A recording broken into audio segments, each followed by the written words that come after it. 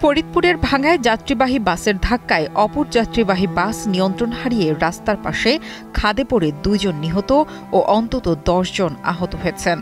বুধবার সকাল 11:30টার দিকে চুমুরদী ইউনিয়নের পূর্ব সদরদী এলাকায় ঢাকা-বরিশাল মহাসড়কে এ ঘটনা ঘটে। এ ঘটনায় নিহত শামসুন্নাহার বেগম বরিশালের উজিরপুরের বাসিন্দা ও পুলিশ কর্মকর্তা নজরুল ইসলামের স্ত্রী। নিহত শিশু রাবেয়া পটুয়াখালীর কলাপাড়া উপজেলার ধানখালী ইউনিয়নের লোডা গ্রামের হানিফ গাজীর মেয়ে। হাইওয়ে পুলিশ সূত্রে জানা যায়, ঢাকা থেকে পটুয়াখালীগামী ইউরোলাইন পরিবহনের বাস শ্যামলী পরিবহনের বাসকে ওভারটেক করার সময় ধাক্কা লেগে নিয়ন্ত্রণ হারিয়ে রাস্তার পাশে খাদে উল্টে পড়ে। ভাঙ্গা হাইওয়ে থানার ভারপ্রাপ্ত কর্মকর্তা মোহাম্মদ রকিবুজ্জামান জানান, খবর পেয়ে আমরা দ্রুত ঘটনাস্থলে পৌঁছে উদ্ধার অভিযান চালাই। ঘটনাস্থলে একজন নিহত হয়েছে। আহতদের উদ্ধার করে ভাঙ্গা উপজেলার স্বাস্থ্য কমপ্লেক্সে ভর্তি করা হয়েছে। গুরুতর আহত ৩ জনকে ফরিদপুর মেডিকেল কলেজ হাসপাতালে প্রেরণ করা হয়েছে। বর্তমানে মহাসড়কে যান চলাচল স্বাভাবিক রয়েছে।